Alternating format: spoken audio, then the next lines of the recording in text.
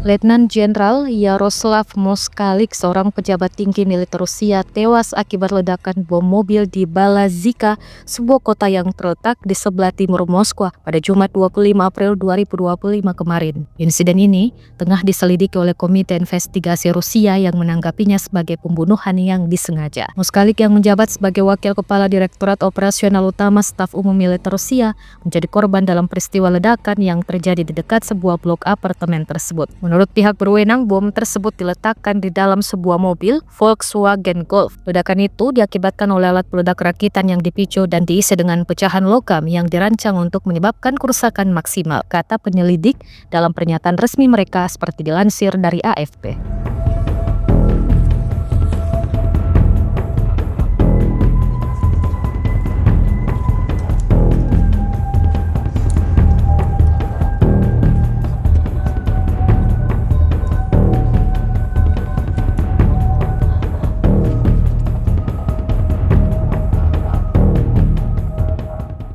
Download Tribun X sekarang, menghadirkan lokal menjadi Indonesia.